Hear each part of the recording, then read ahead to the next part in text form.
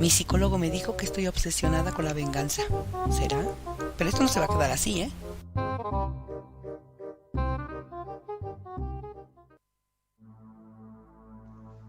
El Paraíso de los Animales es una granja refugio y de cuidado animal. Se rescatan animales del abandono, de granjas, de la explotación. Está pasando por un momento muy duro y necesita de tu ayuda.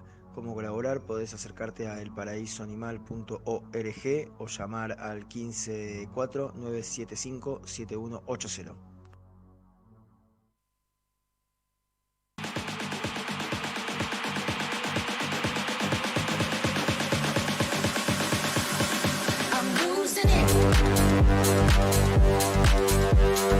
Hola, soy Okoni y te estaré acompañando todos los sábados y domingos en tu party, tu fiesta, con la mejor música electrónica para hacer vibrar tu fin de semana. Sintoniza tu party en www.radiotu.com.ar. 10 p.m. Argentina, 8 p.m. Colombia y México por Radio Tu.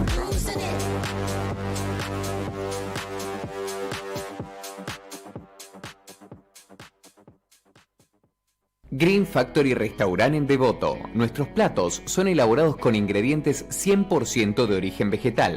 No utilizamos ningún producto animal ni derivados. Búscanos en Instagram como Green Factory Argentina, www.green-factory.com.ar. Green Factory Devoto, 100% vegetal.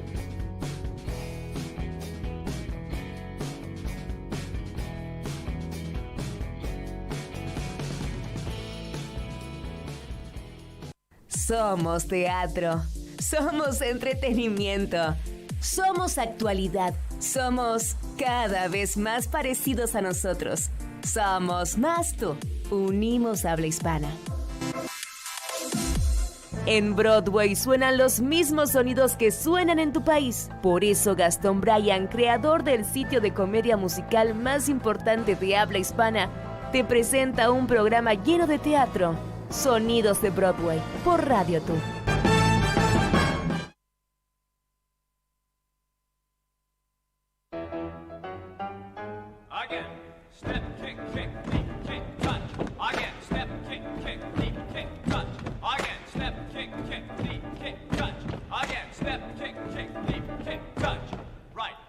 Estamos al aire, nuevo programa de la segunda temporada de Sonidos de Broadway, acá en Radio Tu, la radio que une a toda Hispanoamérica, desde Aptra, con un nuevo programa. Seguramente nos estás escuchando por www.radiotu.com. Te recuerdo nuestras redes sociales en Facebook, Twitter e Instagram, @somosradiotu.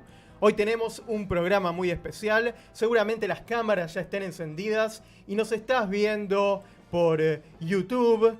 Y está acá a mi lado Marcelo Kotliar, quien ya ha venido en otros programas. Y hoy vamos a hacer un programa muy especial. ¿Cómo estás, Marcelo? ¿Todo bien? Acá Bien, andamos. bien. Gracias por la invitación, lo logramos, porque ¿cuánto hace que...? Sí, que venimos hace, no sé, más de un mes dando vueltas. Sí, más o menos. Con un especial que tenemos preparado para el programa de hoy de Sonidos de Broadway, que es un homenaje a quien se podría denominar el príncipe de Broadway, a quien podríamos llamar como un prócer de la historia del teatro musical. Sí, casi como el padre, es como el padre del musical moderno, así se lo denomina un poco en los que saben, digamos, ¿no? Seguro. Así que, bueno, el programa de hoy va a estar dedicado absolutamente a recorrer la historia, la vida, la biografía completa de Harold Prince. Así que, ¿qué les parece, antes de empezar, entrar un poco en el ritmo, en las historias, en los musicales de Harold Prince, escuchando la obertura de lo que fue un homenaje que se hizo hace pocos años en Broadway? Este espectáculo se llamaba Prince of Broadway, ¿te acordás? Se hizo hace 2 años. Sí, ¿no? sí, que era un recopilatorio de todos sus trabajos. De su trabajo, que se estrenó en Japón primero y después fue a Broadway y lo cambiaron mucho para Broadway porque en Japón había como un animatronic de Harold Prince que iba narrando. Ah, no lo sabía, ¿no? Sí, no. sí.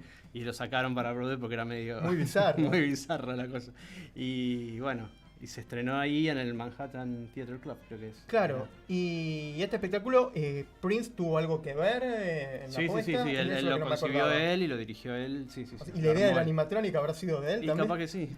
Era un visionario también, así que a lo mejor le pareció. Le pareció divertido. Seguro. Así que bueno, vamos a entrar escuchando la obertura de Prince of Broadway, donde se escuchan todos los musicales de su carrera en una sola canción, en un medley bien de obertura. Lo escuchamos y empezamos con la biografía de Harold Prince.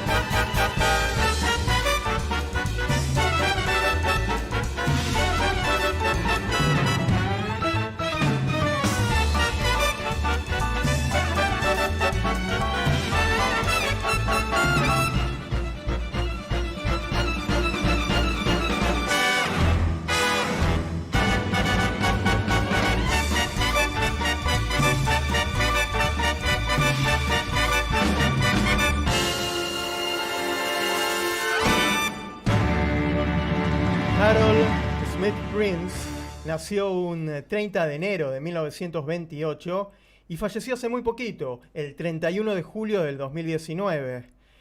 No solo fue un visionario director, sino también que fue productor y hasta productor de cine también. Productor y director de cine. Y director de cine. Malísimo director de cine, si podemos decirlo así. No, Ah, sí.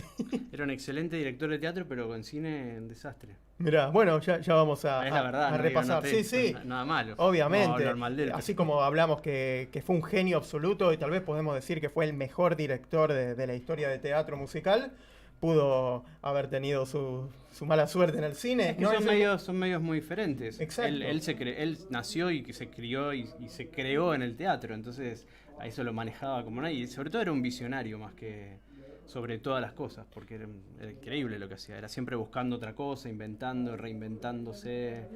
Era increíble. Claro, bueno, para repasar un poco la historia, él nació en Manhattan, era el hijo de Blanche Stern y Harold Smith, y por lo que leemos acá fue adoptado por su padrastro, Milton Prince. descendiente de una familia alemana judía. Creo que él cuenta que su familia emigró cuando Hitler estaba arribando al poder o un poco no sé. antes. Hay un documental donde cuenta algo de eso. Y tiene un currículum enorme. Ha sido el ganador de 21 premios Tony. Miércoles. ¿Quién tiene? Nadie ¿Quién tiene tiene eso? tantos premios. ¿Dónde los tiene? Claro. Me contabas antes de empezar el programa que hay una exposición o algo. En el Lincoln Center, justamente ahora en donde está la biblioteca de artes, que se llama Performing Arts Library, no me acuerdo el nombre exacto, que la creó él, justamente, que es esa famosa biblioteca en donde vos vas a ver los videos. Claro, donde está el archivo ese de famoso imagen y archivo. sonido, Sí. y es una gran biblioteca. Y ahí siempre hay exposiciones que se hacen cada 6 meses, temáticas. Yo vi ahí unas exposiciones buenísimas y ahora se estrenó justo después de la muerte de él una exposición que va a estar hasta marzo dedicada a la vida y a la carrera de Harold Prince, donde hay cosas, qué sé yo, personales, hay exhibidas las maquetas originales de las escenografías de muchas de sus obras, hay vestuarios, hay cartas, está reproducido, por ejemplo, lo que era su oficina de trabajo cuando trabajaba con George Abbott, que era un director que seguramente vamos a hablar más adelante de eso.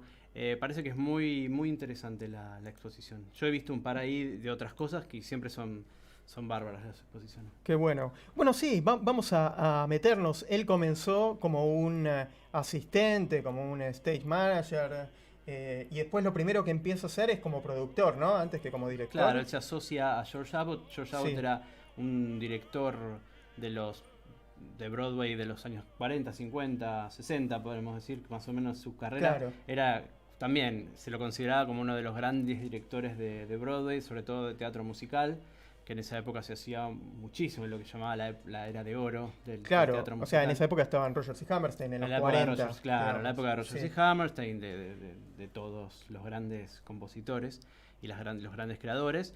Y Harold empieza trabajando primero como asociado, como asistente de dirección de George Abbott y después como productor de las obras de George Abbott. La obra tal vez más conocida es de Pajama Game, De Pajama Game, claro. que ganó el premio Tony en 1955 como el mejor musical. ¿Sabes qué? Es un musical que no le he prestado mucha atención. ¿No? ¿Qué onda? Hubieron revivals, incluso con el de Harry Connick Jr. Era. En Harry Y- es verdad, y hay una película que es linda Sí. con Doris Day. Yo no vi más la película, el musical es simpático, es bien comedia musical clásica como la conocemos, bien de la era dorada, lo que era la gran era del musical, donde bueno, eran esas obras que se hacían que duraban un año, ponerle algunas otras, no, tenían más trascendencia. Pero Claro. eran pasatistas más que nada. Y todas las obras de George Abbott por lo general tienen un mismo estilo, pasatista, comedia liviana, romántica, medio de enriedos y nada Sí, nada demasiado trascendental. nada Para pasar un buen trascendental. rato. Claro, que después él se metió. Cuando él se mete a la dirección es cuando él empieza a romper las barreras y a hacer de las obras, a buscar y a arriesgarse, digamos. Antes Claro. no. Al principio creo que bueno, Prince empieza a incursionar con musicales como A Family Affair y otra serie de musicales, pero que no fueron muy exitosos al principio. No. O sea, Pero lo que tiene George Abbott es que tiene digamos, en su haber el hecho de haber logrado, por ejemplo, él fue el que juntó a a John Kander con Fred Ebb, por ejemplo. o sea que fue un nexo entre muchas... un montón de personas que luego se convirtieron en la historia viva de lo que hoy estamos hablando. Exactamente. Él fue el que le dio la primera oportunidad a Bob Fosse como coreógrafo, que creo que fue en Pajama Game o en... sí, creo que fue Pajama Game el primer musical. Sí, porque que coreografió inmediatamente después viene Damianquis. Claro, en 1955. ahí ya estaba establecido el equipo, digamos. Ok, o sea, el equipo era George Abbott, Harold Prince, Exactamente. Damianquis, los autores ahora no recuerdo. Adler, Sí. Ross y Adler creo Sí. que eran, que habían hecho otro, no me acuerdo ahora. No eran los mismos no, Pajama Game, Claro, claro, el mismo sí, equipo exacto, de tenés Pajama razón. Game que hacen Damianquis. Y Damianquis se convierte en un musical Damianquis de fue un esos exitazo, súper clásicos. claro. Porque si bien The Pajama Game tiene sus cosas, pero Damianquis sí es súper reconocido. Claro, Damianquis lo que hizo también fue establecer a Bob Fosse como un gran coreógrafo que ya se había destacado con Pajama Game, porque ahí está el famoso número de Steam Hit ¿Te acordás que Sí. le cantan 3 vestidos de frac con el sombrero? Ah, claro. Pero Damián Y- se estableció y él lo que hizo también, otra dupla importantísima en la historia del teatro musical que creó George Abbott fue la de Gwen Verdon con Bob Fosse. Claro, ya en esta versión de 1955 vemos Claro. a Gwen Verdon. Claro. Que bueno, en la serie nos enteramos que era, aunque otros no sabíamos, que era la gran... Era la musa la inspiradora. musa detrás de Bob. No le quitaba igual el mérito, No, por obviamente. supuesto, se complementaban. Seguro. Exactamente. Pero podemos decir entonces que Dan Bianchis es un punto importantísimo para muchos, no solo Claro. para Prince, que era coproductor, sino también para Bob Fosse, o más para Fosse. Claro, también, para Fosse y Gwen Verdon. para esa dupla. Porque Gwen Verdon ya había venido de... Gwen Verdon sale a la fama cuando gana el Tony, su primer Tony, por hacer un coprotagónico en una obra de Cole Porter que se llamaba Can Can, Ah, mira. donde ella tenía un número nada más que se destacaba, pero se destacaba tanto que tuvo, que es famosa y está en la anécdota en la serie, que tuvo 7 minutos de ovación de pie y el público pedía a gritos que vuelva a saludar y la protagonista la odió y la quería echar, porque el show era de una mujer que se llamaba Lilo. Y ella destacó y ganó el Tony, y después ya su segunda obra, que fue Dan Bianchis, ya como protagonista, bueno, ahí lo junta con Bob Fosse y bueno, ya sabemos lo que pasó. Claro. Estos no son musicales que a nivel Latinoamérica conozcamos mucho. De Pachama Game, Dan Bianchis. No, Dan Bianchis, si podemos contar una anécdota, en un momento, en los años 90, Es la estuvo que la conté la otra casi- vez. Ah, ¿la contaste? Contala. Estuvo a punto de comprarla Carlos Perciavale y le iba a poner Bosteros Putos. Sí. El otro día vinieron unos chicos de Invicto, que es un musical sobre fútbol, y les comentaba que no había muchos musicales sobre fútbol. Claro. Hablamos en este programa de musicales y deporte, y hablamos de Beautiful Game, Claro. chess es ajedrez, se considera un deporte, pero además de deporte físico, está Bend It Like Benham, que es un musical Ah, sí, tenés razón, es un inglés. del West End londinense. Y no sé si hay, Rocky, no sé si clasificarlo como musical de deporte, aunque Bueno, tenía sí, bueno, sí. su gran pelea al final, pero musical así no se llevan muy bien el musical y el deporte. Y es muy difícil. Claro. Me parece que es un... No, hubo una de Weber que era de cricket también, que no me acuerdo cómo se llamaba. Ah, no me acuerdo. Que de era eso. así, pero esas chiquitas que había hecho tipo... Claro, al principio. Pero tal vez la más famosa a nivel deporte es Dan Bianchis, Es Dan Bianchis. pero es de béisbol y por eso en Latinoamérica no... Claro, que es no Malditos Yankees. Los Yankees, vamos a explicar, es como el equipo de béisbol clásico por excelencia americano. Y lo que plantea la obra es que hay un equipo, los Senators, que es un equipo medio de mala muerte, que nunca le gana, siempre llega a la final y siempre pierde con los Yankees. Entonces un señor grande que es muy fanático de este equipo, vende el alma al diablo y el diablo lo convierte en un jugador joven y súper poderoso que hace que le gane a los Yankees. Entonces por eso cuando la querían trasladar acá, que no está mal la idea. No, la verdad que no. Era Bosteros Putos, porque Sí, es sí. en realidad Y serían aparte- Malditos Yankees. Claro, Pero bueno, está Bosteros perfecto. Putos, que a sea mí de me parece fútbol. genial. Ojalá algún productor Ojalá, la porque vuelvan... La obra es medio pava, es divertida. Es como las de las clásicas de Claro, aquel momento. es divertido. Pero me acuerdo que en ese momento estaba Jerry Lewis haciendo El Diablo. Claro, Y eso era exactamente. un boom. Por eso también. me parece que Perciavale le había gustado la idea. Claro, así que en su bueno, te momento. tiramos una idea, no estaría mal. No, y el título es bárbaro. Y vamos a escuchar ahora a continuación un clásico, Whatever Lola Wants, que es la canción más famosa de Dan Bianchis. Claro, que es una escena donde el personaje que hacía Gwen Verdon era una... ¿Cómo se le puede decir? Un alma perdida que trabajaba para el diablo como seductora y su tarea era seducir a este joven jugador, porque en realidad cuando él le vende el alma al diablo le pone una cláusula de escape que le dice si hasta tal fecha mi mujer sigue enamorada de mí y yo de ella, me devolves el alma. Entonces el diablo le dice, bueno, ok, te voy a poner a esta tipa que es una seductora y entonces en este número hace como un striptease donde intenta seducirlo y no lo logra. Muy bien. Pero es un número entre sexual, sensual y gracioso. a la vez. Sí, y una gran canción. Vamos a escucharla.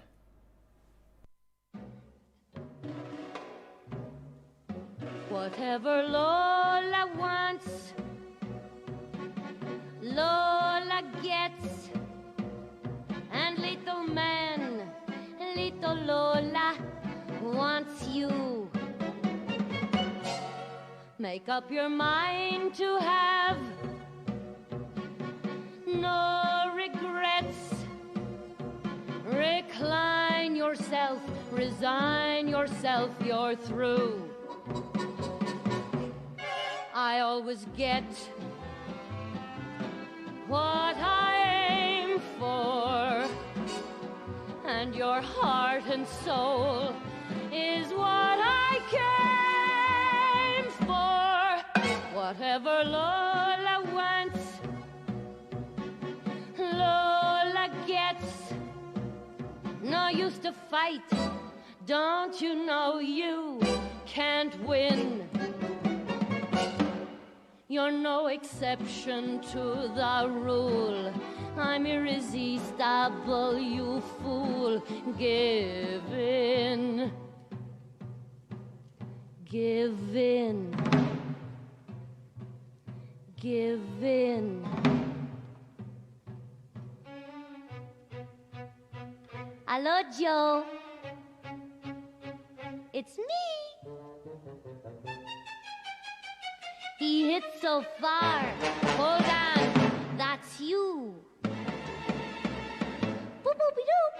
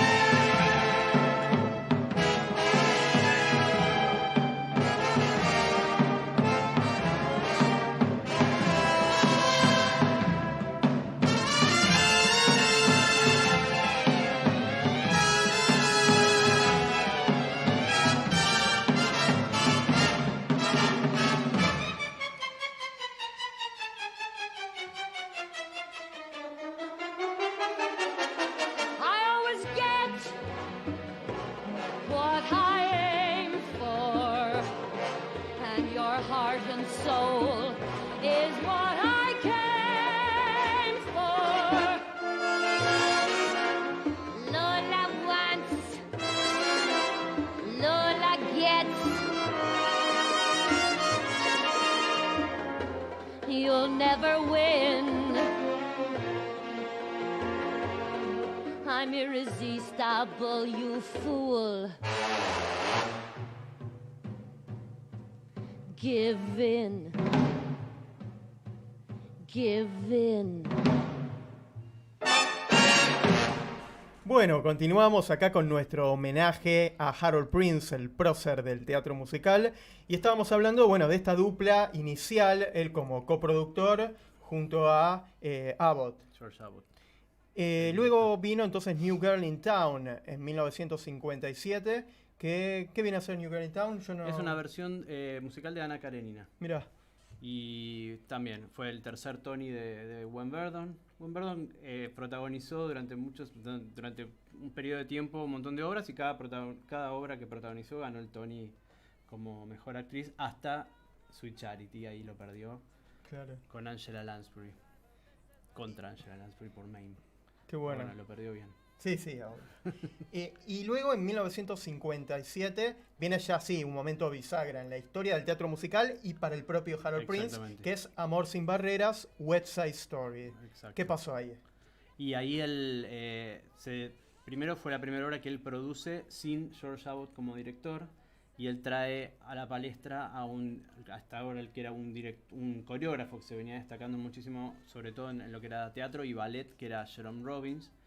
Y deciden hacer esta versión moderna de Romeo y Julieta, en donde sitúan la acción, en vez de en Verona, en la actualidad de ese momento, en los años 50, en Nueva York, y la lucha entre los, digamos, americanos, jóvenes de esa época medio sin rumbo, y toda la inmigración puertorriqueña, claro, que estaba llegando a Nueva York. Con libro de Arthur Lawrence. Un gran equipo, y una historia que inicialmente iba a ser entre judíos y católicos. Judíos y católicos, exacto. Después creo que lo desecharon porque creo que había una película de Ann Miller que tenía un argumento parecido. Sí. También no les interesó mucho ir por ese lado en aquel momento, porque no contaban mucho sus historias. Eran todos compositores judíos, gente de la colectividad judía, pero que no se metían con sus cuentos, que en realidad eran apasionantes, pero preferían ir por otros lados y hablaron de la comunidad migratoria latina. Latina, exactamente. Y estamos hablando de una obra de 1957, pero que es absolutamente actual. Con la música de Leonard Bernstein. La música de Leonard Bernstein. Letra de Stephen Sondheim, que fue su primer trabajo profesional, como letrista todavía, como músico, no lograba. Él no quería ser letrista, porque no quería que lo encasillen como letrista, porque le interesaba hacer música y letras. Pero siguiendo con el consejo de su padrino, que era nada más y nada menos que Oscar Hammerstein le dijo: hacelo, porque es un equipo de primera, en algo que pinta ser importante y te va a establecer. Entonces, hacelo. Claro. Y lo hizo. Y bueno, te decía, América, la letra de América hoy en la era Trump es fantástica, Sí. es súper Bueno, actual. por eso la obra tiene la actualidad que tiene. Ahora viene un nuevo revival en Broadway, se estrena en diciembre. Claro, en España hay una versión. En España, una versión magnífica que ahora está en gira. Y Steven Spielberg, Sí, acaba de terminar de filmarla. una nueva versión y cinematográfica. bueno, mucha expectativa también porque la película de Natalie Wood, de Richard Weimer, bueno, esa película clásica, es casi, icónica. es un intocable. Y uno dice, ¿qué va a hacer Spielberg con eso? Por lo que vimos, pinta muy bueno. Sí, hay unas pequeñas imágenes, el elenco es interesante, no son conocidos, pero Spielberg tiene eso. Claro. Cuando Liam Neeson hizo Schindler, nadie lo No era conocía. tan conocido, claro, sí. Y me parece que es una obra que funciona mejor sin estrellas, sin figuras. Sí. Porque la figura distrae un poco. A mí me parece que lo peor de la película original es Natalie Wood, que era lo más conocido. Claro, Porque aparte, encima bueno, doblada, sí. de latina no tenía nada. Es verdad. Era como raro eso. Sí, acá hicieron, todo un casting que se presentaron un montón de chicas, creo que es venezolana o mexicana, no recuerdo. Había La- muchos chicos chica. argentinos que audicionaron. Ah, mira. Conozco un par, no vamos a dar nombres Mira. por susceptibilidades, pero que Mira. llegaron bastante lejos. Sí, se buscó un elenco. Y tiene un twist lindo que Rita Moreno, que fue la original Anita y que ganó el Oscar por su actuación, en esta película va a ser un rol que originalmente era para un hombre y lo reescribieron para Mira. que lo haga ella. Y West Side Story, bueno, en su momento, en 1957, fue como el boom. Claro, Eh, sí, fue una de las furor. primeras quebraderas de cabeza, porque fue algo diferente, donde la comedia musical se empezó a atrever a entrar en el terreno del drama musical, porque de comedia musical no tenía Claro, siempre nada. está mal dicho, teatro musical. Es teatro musical, claro, pero en ese momento era la comedia era musical. la comedia musical. Por eso hacíamos la diferenciación de las obras de George Abbott, que siempre eran comedias musicales. Pero, por ejemplo, Rogers y Hammerstein, ¿no se habían atrevido antes con Carrusel o con Oklahoma? Sí, ellos fueron los que ellos- dieron el puntapié inicial, pero el género fue evolucionando. Y creo que en West Side Story fue el primer musical donde realmente la música, la letra y el dance iban mucho más allá y se atrevían mucho más allá de lo que se atrevían Oklahoma, Carrusel, eran dramáticas, lo mismo El Rey y Yo, tiene todo un contenido que no estaba del todo explorado. Claro, como La novicia rebelde, que está tocado muy por arriba. Muy por arriba, almibarado, era exacto. todo muy Sí. agridulce. O sea, contaban temas serios, South Pacific, pero con una Sí, sonrisa pero- en la cara. Exacto, pero si te pones a indagar, son todas temáticas muy, muy duras. Sí, por supuesto. Pero ellos la contaban con cierta Sí, liviandad, liviandad, porque sí, tal la cual. crítica también los criticaba de por ahí. Exacto. Pero era lo que de la época la gente pedía y se atrevieron ellos a eso. Y se ve que, bueno, Prince entonces toma todo eso y dice, pero esta vez la vamos... Que la gente Claro, sí. a lo mejor la pase mal en el teatro en un buen sentido. No, que West Side Story vayan y vean una tragedia. Exactamente, por eso no resultó. Vos sabías que la apuesta original de West Side Story hoy es un clásico, en su momento fue un fracaso. Ah, no, eso no lo sabía. Sí, fue un fracaso, porque la gente justamente dijo, ¿y esto qué es? Claro, la pasaba mal, se moría Claro. el protagonista y no terminaban con una canción todos juntos, ni No, nada no, de no. esperanza, ni You'll Never Walk Alone, ni nada. Ni empezaba Eh. con la clásica obertura, o sea, tenía, bueno, ya un poco eso también lo había hecho Rogers y Hammerstein, con el Claro. Oklahoma Sí. fue totalmente diferente a todo lo que se había visto en ese momento, pero esta fue más allá. Mira, y pensaba en la obertura de West Side Story, que es casi un ballet. Sí, Es un ballet. es un ballet. Bueno, por esto que contabas de Jerome Robbins, de su base Claro, y totalmente. demás. ¿Cuánta gente que empezó con un camino que si hoy estamos hablando de musicales de Broadway es gracias a todos ellos? Totalmente, sí. El musical nunca había evolucionado tanto si no fuera por ellos. Y Igual son los creadores, por eso se Sí. habla de la era dorada de Broadway que termina en los 70, porque después de eso son las innovaciones, vienen cada tanto, viene un Rent, viene Sí. un Hamilton. Claro, algo pero que- son una. Pero es una, exacto. Antes fue todo un periodo que ahora vamos a empezar a hablar de todo eso y es una tras otra, una tras otra. Sin embargo, bueno, antes de llegar a esto de una tras otra, vinieron otras que no son como muy famosas o trascendentales como Fiorello, Tenderloin, A Family Affair. Sí. Esas no son... No son Family Affair, lo único que tiene interesante fue que fue la primera que él dirige, Sí. con música de John Kander, Ah, sin Ebb. mira. No eran las letras de Ebb, eso vino después. Pero es lo único que se puede decir interesante de esas obras. Fiorello ganó el Pulitzer, algo debía bueno. tener. Era la historia de Fiorello La Guardia, que era fue un mayor, pues es un alcalde muy importante que tuvo mira. la ciudad de Nueva York, pero no. Pero viste que son esas obras que uno Sí, no las va a buscar, no sé por qué, a uno no le tienta, por más fanático que uno sea.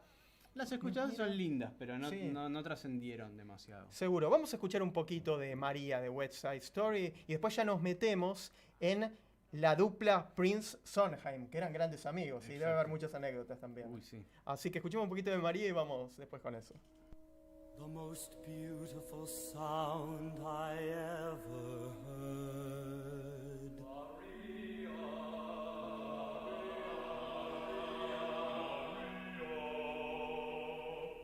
All the beautiful sounds of the world in a single word.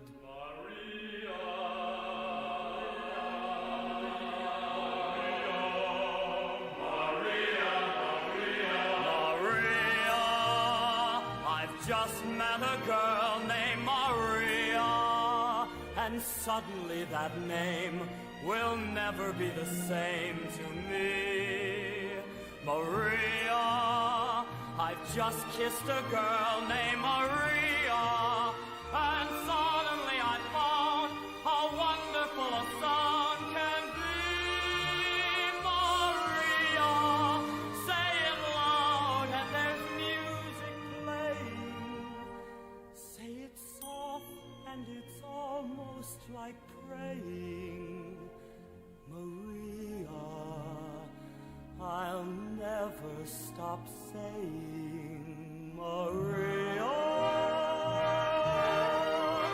Maria, Maria, Maria, Maria, Maria, Maria, Maria, say it loud and there's music playing. Say it soft and it's almost like praying. Maria, I'll never stop saying Maria.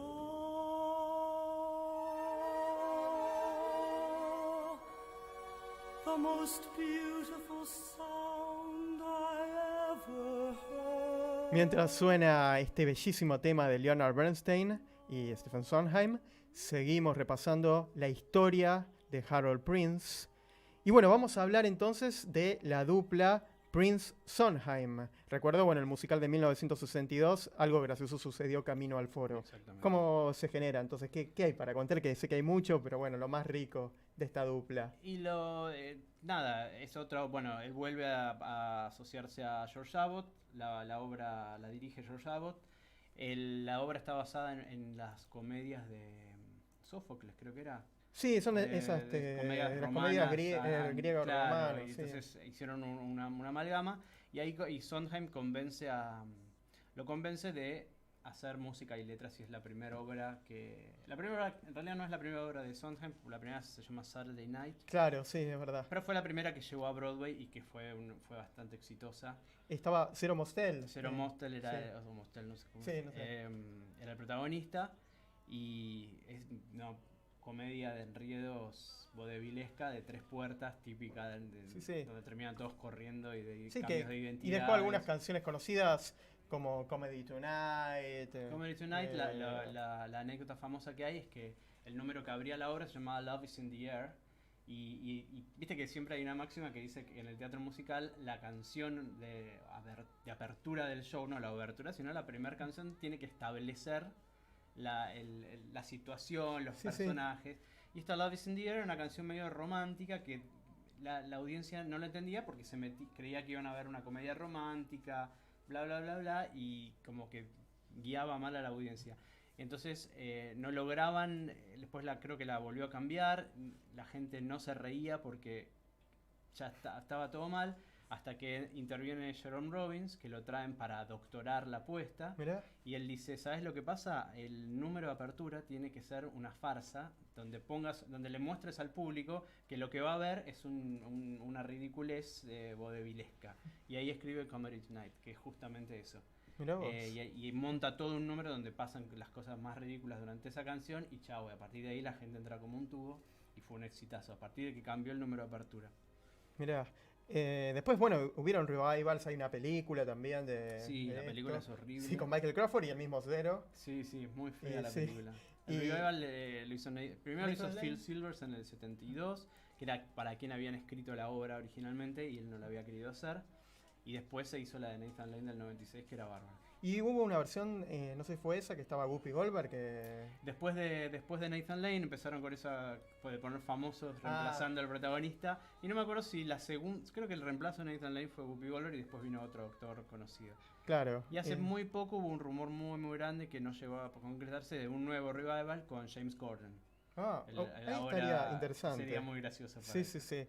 Después, bueno, vendría She Loves Me, esta encantadora obra, a mí me gusta mucho. A mí me encanta She Loves Esta Me. historia de las cartas, que bueno, la película Tienes un email, está basada en eso, She que a Loves su Me, vez está basada en otra obra, en una obra una húngara, claro. Sí, exactamente. Ahí los autores son Harnik y Bock. Que después después harían el hito. Historia. El hito que viene un año después. Pero bueno, She Loves Me, que ¿tenés algo para contar? Y She Loves Me también después de A Family Affair, que fue el primer musical que él dirige She Loves Me, y él dice siempre que la dirigió en el estilo de George Abbott en cuanto a una comedia liviana y romántica. Y es una obra que nunca se sabe por qué es como un musical perfecto, porque la música es fantástica, la historia es fantástica, los personajes, y tuvo unas críticas bárbaras en su momento y no anduvo. Tuvo un año en cartel y bajó. Mirá. Era muy costosa la producción, muy lujosa. Sí, pero también es de esas obras que si uno no se mete no la conoces, no tiene una prensa, una propaganda. Pero es bella, pero es muy linda. Bueno, está esta última versión con el actor de Chuck, Zachary Levi. Zachary Levi, que es buenísimo. Y Laura Benanti, que es una genial. Sí, y está Jane Krakowski. Y Jane Krakowski, que la filmaron, gracias a Dios. Sí, esa que la pasa mucho Film and Arts también. Y es genial esa apuesta. Es lindísima, es una obra lindísima. ¿Tiene 2 o 3 revivals? Creo que algo había habido en el medio, Sí. como en los 80. Pero le fue bien, ¿no? Esta última versión de... En esta última sí, porque de hecho ampliaron la temporada. Viste que siempre la hacen, el Roundabout la hacen, son temporadas cortas. Y le fue bien y la ampliaron y de hecho la filmaron. Claro, esa es una obra que me gustaría ver en Buenos Aires. Es preciosa. Porque es universal, no es que hablan de un deporte específico ni localista. No, es una linda historia obra, de amor, de enredos, que no se necesita, sí, se necesitan buenas voces, pero también hay algunos roles que se pueden actuar Requerís cantando. una apuesta particular porque la perfumería en donde transcurre es impactante, la escenografía es eso es cierto. importante. Pero no sé si en las primeras versiones sería tan... Sí, la primera versión justamente por eso. lo que pasó fue que la producción era muy costosa. Mirá. Sí, es verdad. Técnicamente es muy compleja. Es compleja. Y después también tuvo una versión cinematográfica fallida, quiero decir, que la iba a protagonizar Julie Andrews y Dick Van Dyke, que iban a repetir la pareja de Mary Poppins. ¿Qué pasó? Y se iba a hacer en el 68 y lo que pasó fue que fue un año de fracasos tremendos en el cine musical, como Hello Dolly y Star también con Julie, y se cayó el proyecto. Pero ella llegó a grabar el tema principal, de hecho si lo buscas en YouTube está el demo Dear Friend cantado por Julie Andrews. Vamos a escuchar un poquito entonces de She Loves Me, que tiene una música hermosísima de una dupla que luego un año después nos presentaría un musical que cambia la historia del teatro musical. ¿Escuchamos un poquito? Ilona, I've missed you so much. How I envy you each evening when work is through, for I have only me to be with, while you have you. Without you, Ilona, how cold my lonely life has grown. Are you happy alone, Ilona? Ilona, my own. Now that Kodai is hard at play, we'll never get out of here till New Year's Day. So happy New Year. Come with me, Ilona. Come with me, Sherry. Mistletoe, I long for someone. Please tell me who. Like some divine divining rod, it points straight to you. Remember, Ilona, the sunny nights we knew before. If you'll just say the word, Ilona, we'll know them once. If it was only up to me, guess who I would hang upon my Christmas tree? This is where I came in, amen. The fox and the chicken are a team again. Together, Ilona, we generate a spark that's rare. Why deny that it's there? Bueno, ahora sí, vamos a hablar de otro de los momentos importantes en la historia de Prince, un antes y un después, con una obra de los mismos autores de She Loves Me y de Tenderloin, que habíamos hablado antes. Claro, El violinista en el tejado, una obra del que todos pensaron que iba a ser un fracaso y se balanceó sobre su tejado durante más de 7 años y medio, convirtiéndose en el éxito. Hoy, por ejemplo, El Fantasma, hace 30 años interrumpidos, era el fantasma del momento, una cosa así. Cual, sí. Nadie se podía imaginar que una obra durara 7 años. ¿Cómo fue eso? Y en realidad, también la importancia del violinista en el tejado fue que dio pie a una cosa que después, ese sí es el gran padre Harold Prince, que es el musical conceptual. El musical conceptual es donde importa más una temática o una idea más que el contenido, digamos. Y ellos tienen, él le llegó la idea, creo que se lo trajeron los autores, no me acuerdo muy bien la génesis. Sí, en realidad los autores recordaban que cuando eran chicos, los padres les contaban historias de Sholem Aleichem en Yiddish, claro. Y creo que vienen con otra historia de Sholem Aleichem, y él recuerda por qué mejor no hacer las historias de Tevye y sus hijas. Y, claro, de Tevye el lechero, exactamente. Y se le proponen a él dirigirla y él dice no, porque si bien él era de una familia judía, él sentía que no se sentía representado del todo o que no sabía demasiado, porque él, si bien era judío, no era ni practicante, ni religioso, entonces no sabía. No tenía ese Yiddishkeit que requiere la obra. Exactamente. Entonces ahí vuelve a contratar a Jerome Robbins, que también era judío y era de Rusia. ¿Sabías que Jerome Robbins era ruso? No, o sea, tenía toda la historia de los pogroms y de que cuentan. Había venido de chico a Nueva York como inmigrante. ¿Cómo se llama? Jerome Robbins le insistía mucho, bueno, ¿de qué se trata la obra? ¿De qué habla la obra? No, es de un lechero. No, pero ¿qué? Tradición. Ahí viene la famosa... Es eso, es sobre las tradiciones y cómo se van rompiendo. Y pensemos que era una obra que también tenía todo en contra, porque primero trataba de la colectividad judía, y si bien eran muchos y todos los de Broadway eran judíos, no sirve para cortar Claro, tickets. y en Rusia en 1900. También, con una historia que tiene un primer acto que es tristísimo, porque en la boda de Tzeitel vienen y rompen El todo. final del primer acto, claro. Y el final del segundo acto no termina feliz. Exactamente. Los echan. También, por eso, también yendo a fondo, pero con mucho humor y con mucho Sí, corazón, sí. mucha alma. Que hizo que la obra fuera universal, que hoy en día la podés ver en Japón, en Corea o en, no sé, en Brasil o en cualquier lugar, o gente que no sea de la colectividad judía y se emociona hasta las lágrimas porque se identifica Totalmente con esa universal. historia de ese padre. Hay una anécdota famosa que cuando se estrenó en Broadway vinieron unos productores japoneses y se entrevistan con Harold Prince y le dicen, queremos comprar la obra para llevarla a Japón. Y él le dice, pero Japón, ¿qué tiene que ver?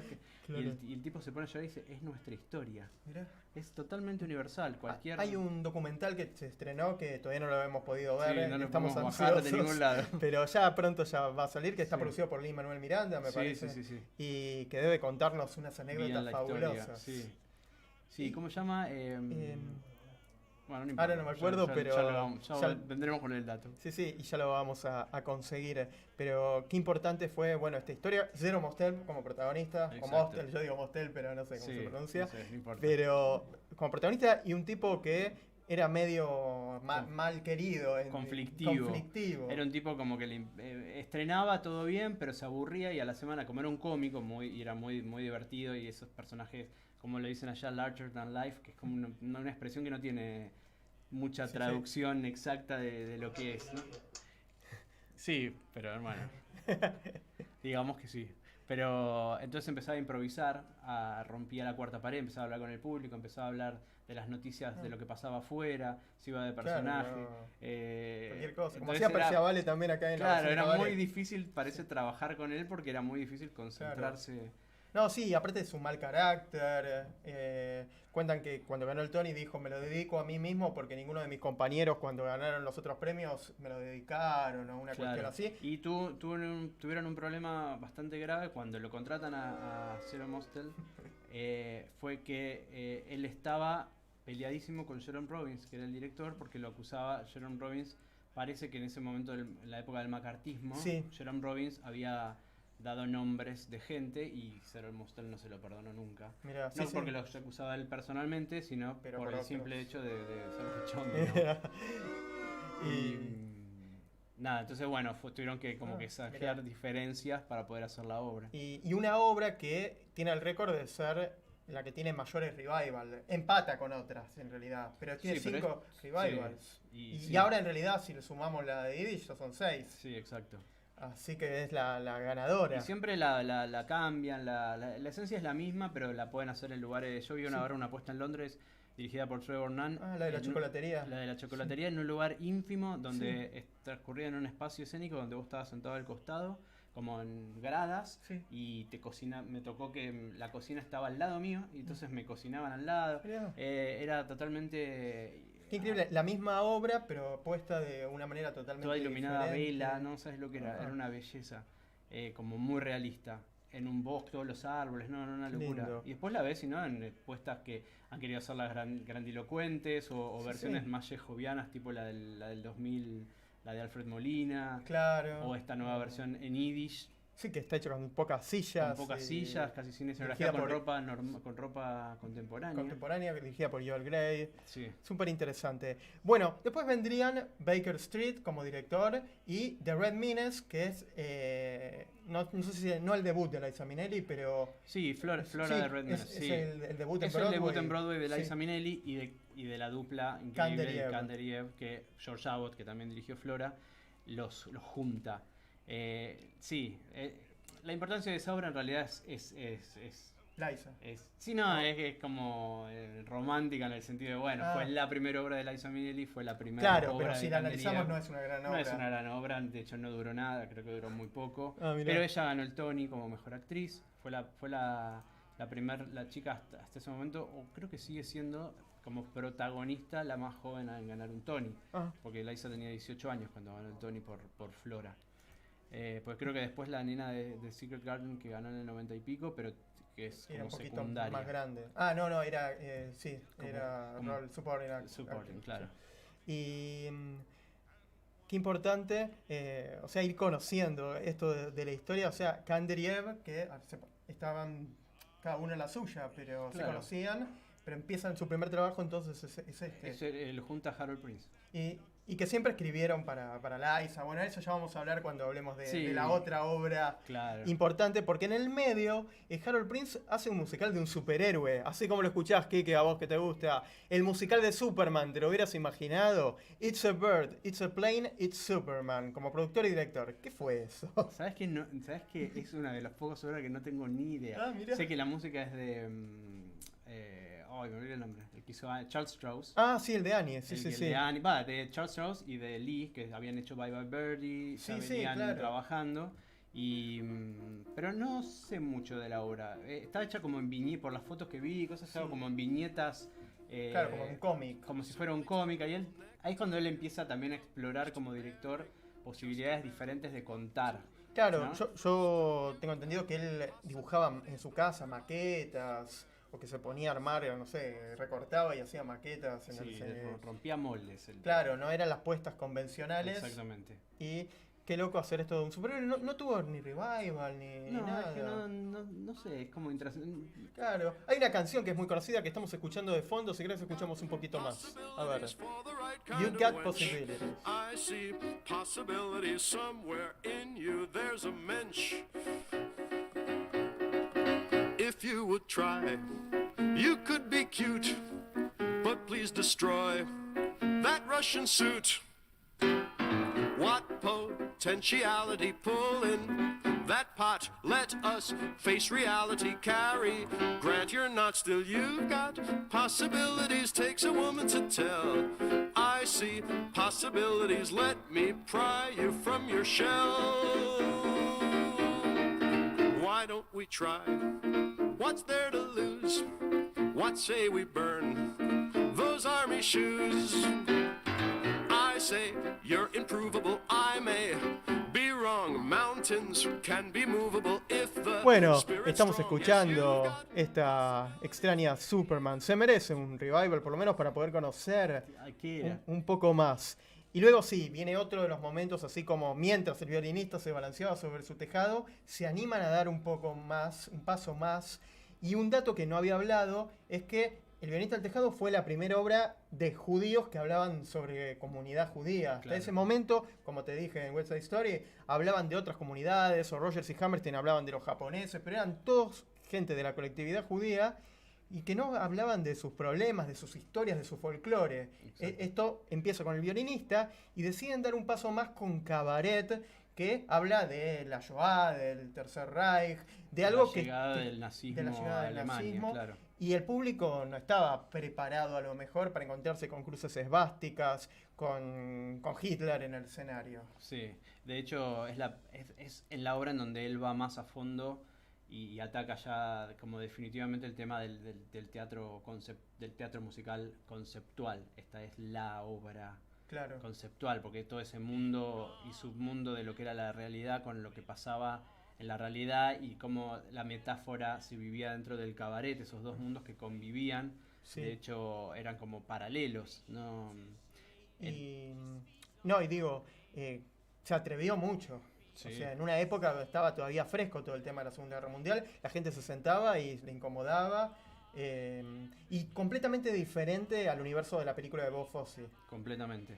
Sí, De con hecho, la música de Kanderiev. Sí, de hecho lo que pasó es que en realidad en la obra de teatro convivían, como te decía, dos universos. Todo lo que pasaba en el cabaret, que en realidad las canciones del cabaret comentaban de alguna manera la situación de lo que se estaba viviendo en el otro mundo, digamos, en el mundo real.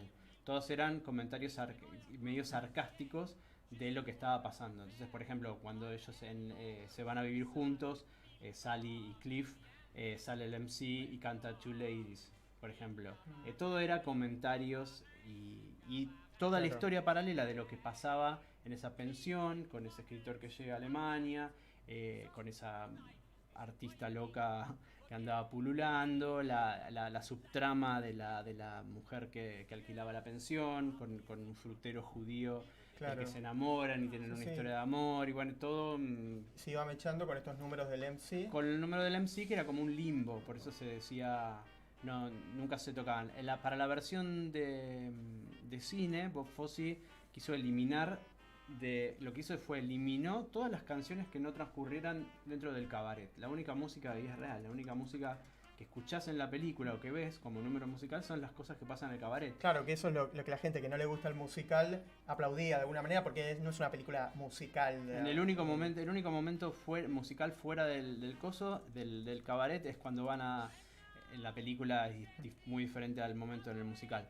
que en la película van a tomar algo como un bar en las afueras, muy lindo, muy los Alpes, digamos, y empieza un chico con un acordeón a cantar esa marcha nazi, y todos empiezan a parar y a hacer el saludo nazi. Es el único momento, después todo va a ser en el Kit Todo Kat Club. transcurre en el... Pero y así se perdieron también números preciosos, como toda la historia de amor, por ejemplo, el personaje de la casera con el frutero fue eliminado para la película. Claro, y volviendo a la versión de Harold Prince, que es completamente diferente, sabemos que él rechaza a Liza Minnelli. Claro, exactamente.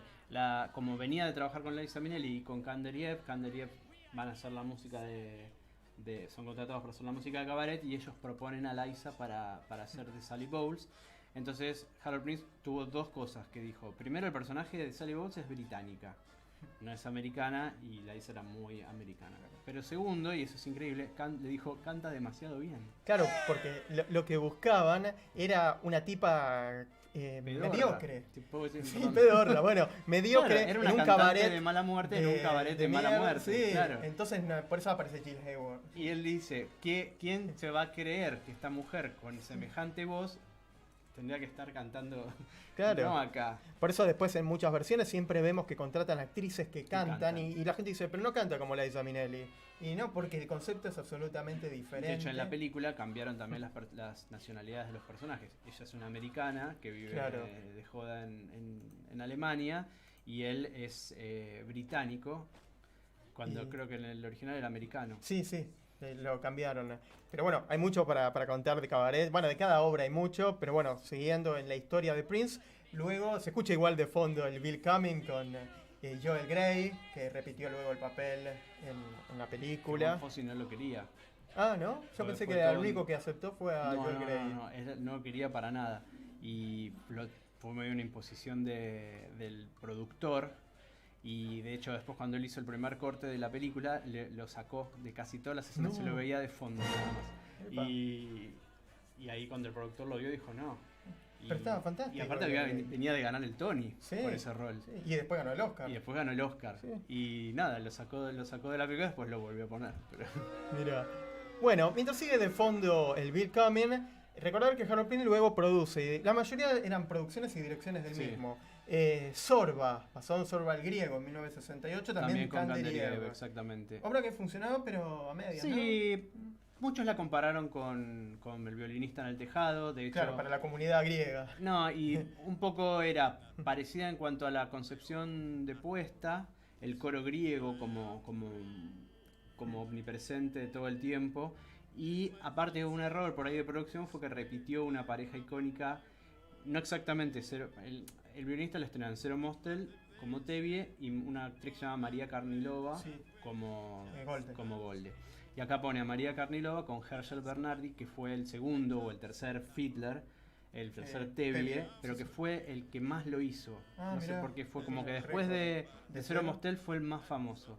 De hecho, el hijo que es actor ahora, el hijo de Herschel Bernardi, actuaba en la puesta del violinista, la última, la de Danny Bernstein, y era el reemplazo de Tevye y usaba las botas del padre. Está todo de color. A nadie le importa, pero no importa. No, sí, acá sí nos importa. Y entonces ahora estamos escuchando de cada obra que hablamos, vamos a ir escuchando de fondo un poquito este tema de Sorba. Anthony Quinn hizo una versión en Broadway. Y después también, hicieron en el 83 hicieron un revival con la pareja de la película, Anthony Quinn y me olvidé el nombre. Sí, no me acuerdo. Bueno, no importa. Me sale María Pero, Camilo, bueno, pero tampoco pasó mucho. No, y acá la hicieron también, Con es Raúl una obra Lavie. que tuvimos acá con Raúl Lavie y María Rosa Fugazot. Muy bien. Como la Luego Bobulina. vamos a hablar de la vuelta de Sondheim con Prince. Sí, con que una ahí obra empieza otra etapa. Sí, Los ok. años 70, y ahí empieza así realmente lo que es la concepción de lo que es el musical moderno. Ok. Porque esa dupla, la Sí. dupla Sondheim-Prince, produce sobre todo durante los años 70, los títulos más importantes que cambiaron conceptualmente y dieron vuelta todo lo que era el teatro musical hasta ese momento, en cuanto a apuestas, en cuanto a temáticas, en cuanto a escenografías. Cada obra de ellos era un mundo diferente, un universo, abarcaban las temáticas más... Company.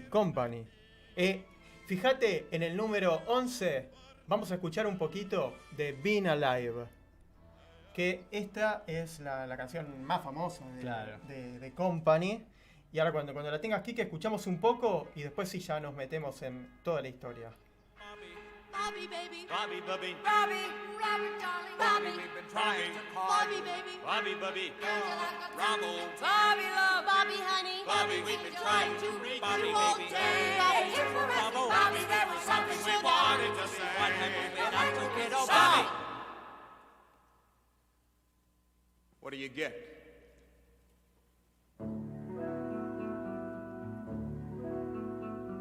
Someone to hold you too close, someone to hurt you too deep, someone to sit in your chair to ruin your sleep. That's true, but there's more than that.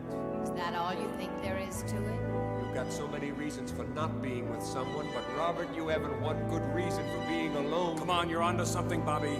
You're onto something. Someone to need you too much, someone to know you too well, someone to pull Mientras you escuchamos de up fondo este himno, porque es un himno ya, esta canción que sale de esta obra Company, prepararnos, ahora vamos a ir a una pausa, recordar el nombre de Sorba que nos decía aquí, que yo entendí de qué obra hablan y en realidad estabas diciendo... Lila Kedrova era la ¿Cómo es? Lila Kedrova. Ahí está, y yo entendí de qué obra hablan, pero bueno, eso, y ahora nos vamos a ir a la pausa, y sí, nos vamos a meter en toda la etapa Sondheim-Prince en esta biografía homenaje a Harold. Cuando quieras.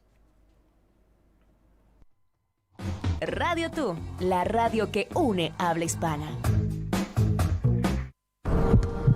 La vida está repleta de logros, alegría, sensaciones, experiencias.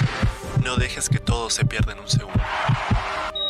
Si tomas, no manejes. Somos punkies, rockeros y veganos. Plug and Play Store. Zapatos, carteras, accesorios. Envíos a toda Argentina. Conocenos. Estamos en Palermo, Buenos Aires y en Rosario. Seguinos en Instagram como plug.n.play.store. Plug and Play Store. Ruta 89. Hola, yo soy Juan Carlos López. Y yo soy Mauricio Parada Beltrán de Ruta 89. Traemos de vuelta lo mejor del rock y pop de los 80 y de los 90. Escúchanos en Radio Tú de lunes a jueves, 10 p.m. Argentina, 8 p.m. México, Colombia. Ruta 89 te lleva por lo mejor del rock y pop. Ruta 89.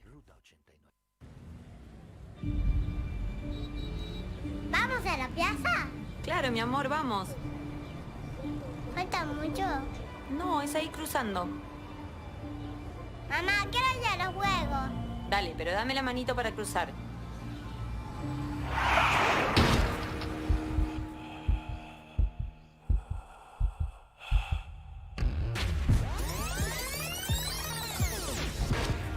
En la vida real no hay marcha atrás. Dale al peatón su prioridad, en especial en esquinas y sendas peatonales.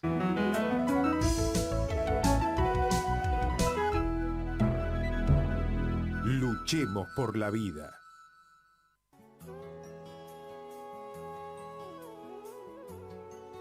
Tina Mini Spa, un espacio donde dejar los malestares atrás y regenerar energías. Un regalo para el alma y tu cuerpo físico. Estamos en Boedo. Seguinos en las redes. Instagram @tina.minispa. Facebook Tina Mini Spa. Somos entretenimiento. Somos poesía. Somos veganos. Somos cada vez más parecidos a nosotros. Somos más tú. Unimos habla hispana.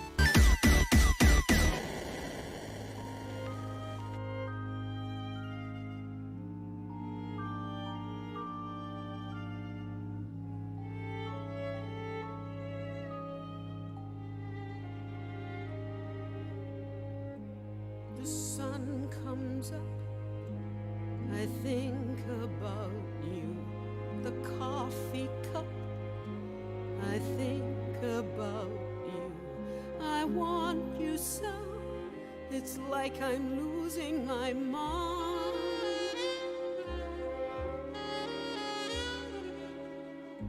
The morning ends. Bueno, estamos de vuelta, segunda hora, segundo, digamos, no me sale la palabra, segundo acto, ahí está. Siempre digo segundo acto de Sonidos de Broadway.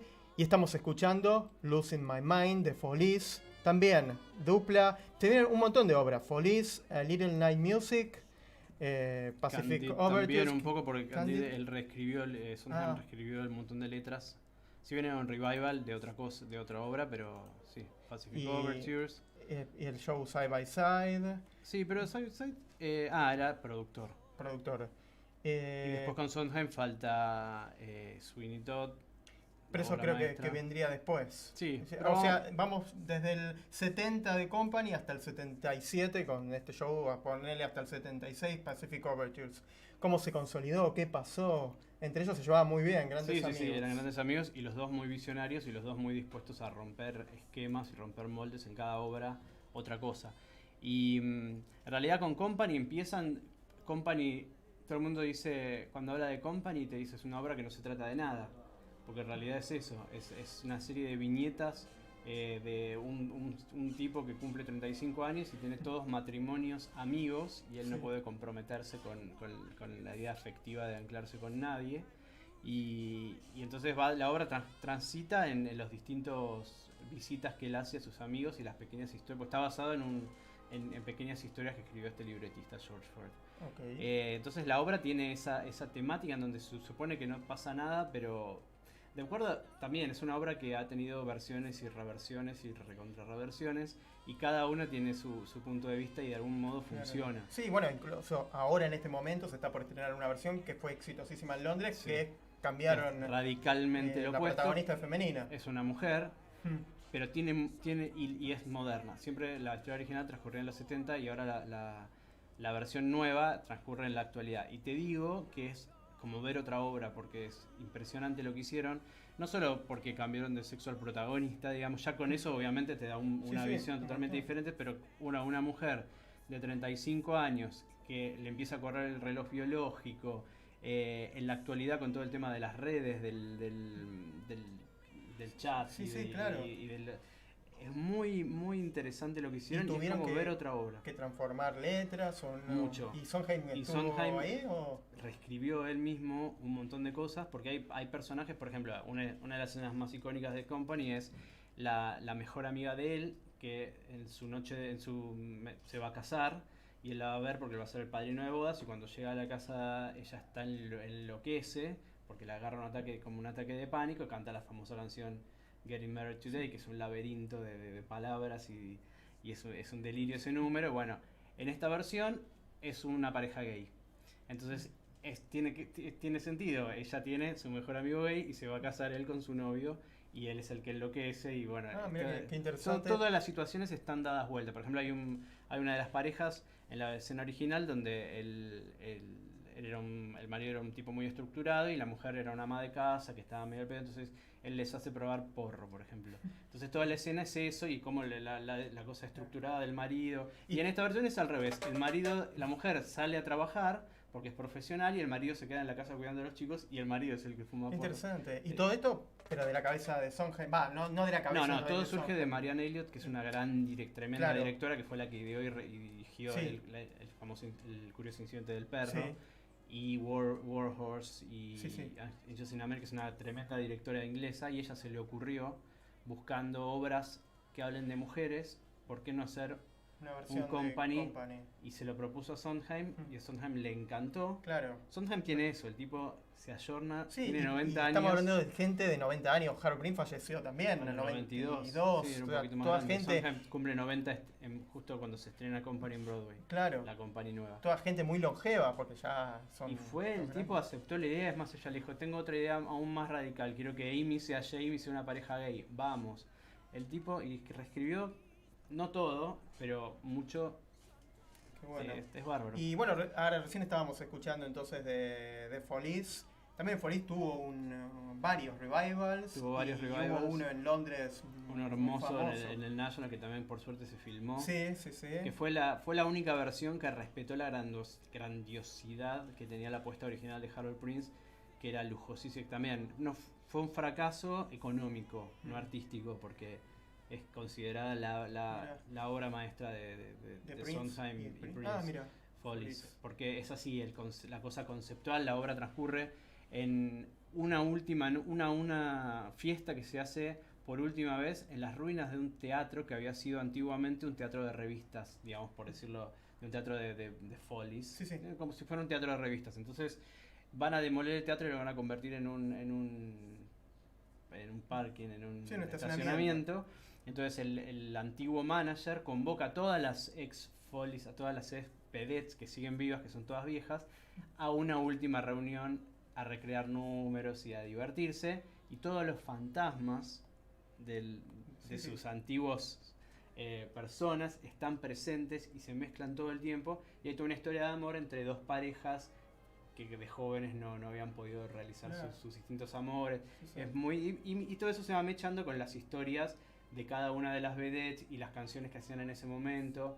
De hecho, el número culmine es el número famoso del espejo, Who's That Woman, en donde las viejas todas se ponen a bailar el número y aparecen las jóvenes desde atrás con un efecto visual en donde reemplazan a las viejas y se mezclan. Era una cosa... Y esto en 1973 fue como la revolución una total. revolución. Lo que pasa es que era vestuario, escenografía. Era muy caro. Y también caro. La época del 70 es una época donde la era dorada terminó. Empieza a caer. Y empiezan a caer por muchos temas. Por temas de que la Nueva York se había vuelto muy peligrosa. Muy peligrosa, había una gran decadencia económica. Claro, y las ideas, tampoco había grandes ideas. Teníamos a Bob Fosse igual haciendo alguna que otra cosa, pero tampoco mucho más. No tanto.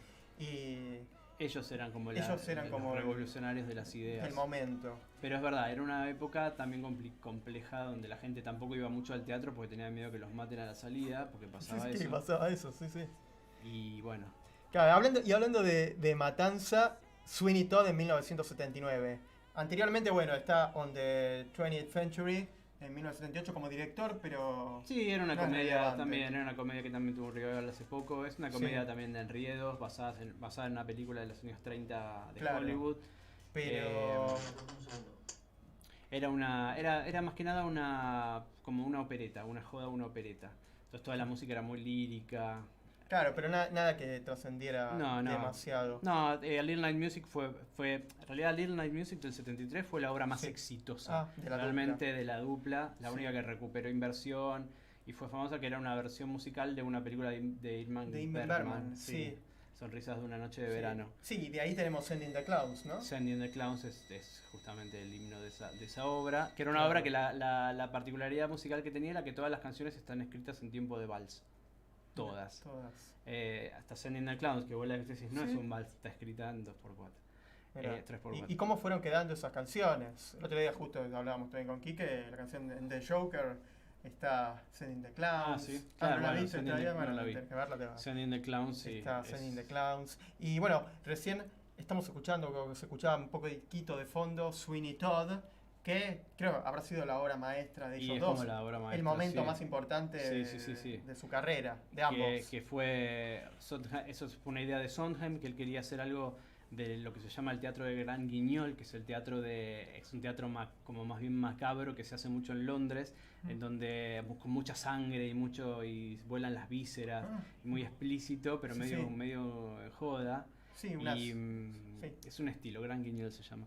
Y él vio y estando en Londres, él va a ver una versión de Sweeney Todd. Sweeney Todd es una obra de teatro que se había escrito antiguamente en Londres, que hablaba de un personaje que nunca se supo si existió o no existió, que era un barbero asesino que, vengándose de un juez malvado que le había robado a la mujer y lo había mandado al exilio, vuelve y se asocia con una mujer que antiguamente era su vecina y que era una panadera que cocinaba pasteles, que estaba la panadería abajo de lo que él tenía la peluquería en el piso superior.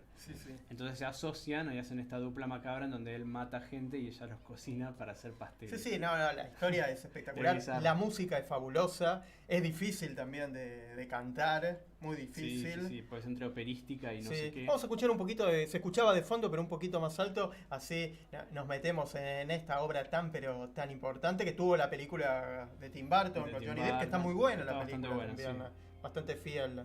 Sí, ahí escuchemos un poquito.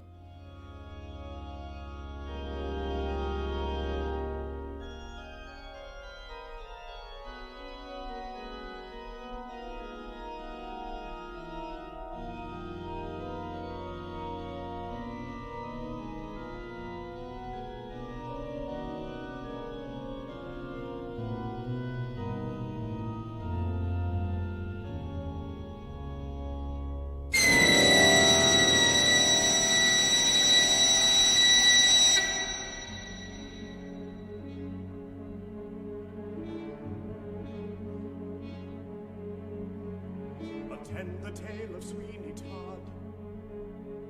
His skin was pale and his eye was odd. He shaved the faces of gentlemen who never thereafter were heard of again.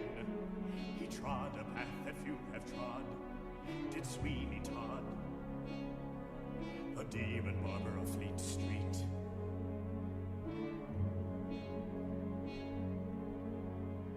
He kept a shop in London town. Bueno, seguimos hablando de Sweeney Todd, me contabas de este silbato, que ellos querían hacer una obra de terror. Claro, ellos querían hacer una obra de terror y este leitmotiv del silbato y el motivo musical es para transmitir justamente eso. Es como en Tiburón, por ejemplo, de Spielberg, que es el claro. ¿Viste esa cosa que subliminalmente te lleva a un lugar? Y la obra transmitía eso. La apuesta original era grandilocuente, era en un espacio enorme, en un teatro gigantesco, uno de los más grandes que hay en Broadway. Con unos carros móviles. Que ha inspirado muchas puestas vernáculas de cosas. No vamos a dar nombres. Pero muy parecida a otra. También una obra que se reversionó mucho en versiones totalmente disímiles, siempre interesantes. Yo vi una apuesta impresionante en el off que transcurría como en una panadería, entonces la escenografía era también toda iluminada a vela, eran bancos donde vos te sentabas en el banco y comías pasteles y los actores estaban al lado tuyo sin amplificación, te gritaban en la cara, era impresionante, con Carolí Carmelo, que ahora está haciendo la gira de Dolly, que hacía la panadera, era una versión increíble. Y luego, bueno, viene el momento de unirse a Andrew Lloyd Webber, nada más y nada menos, en 1979 con Evita. Un icono, un clasicazo. Evita nace, bueno, como dijimos, de la cabeza de Andrew Lloyd Webber y de Tim Rice, sobre todo de Tim Rice, que era el cerebro. El ideólogo. Sí. Ellos lo que hacen, como les había resultado muy bien la estrategia que habían usado con Jesucristo Superstar, de grabar un disco conceptual y después sobre eso salió una apuesta, hicieron lo mismo. Grabaron un disco donde compusieron una ópera rock basada en la vida de Eva Perón y graban un disco conceptual y se lo llevan a Harold Prince. Claro, eso te iba a preguntar. ¿Cómo llegan dos jovencitos?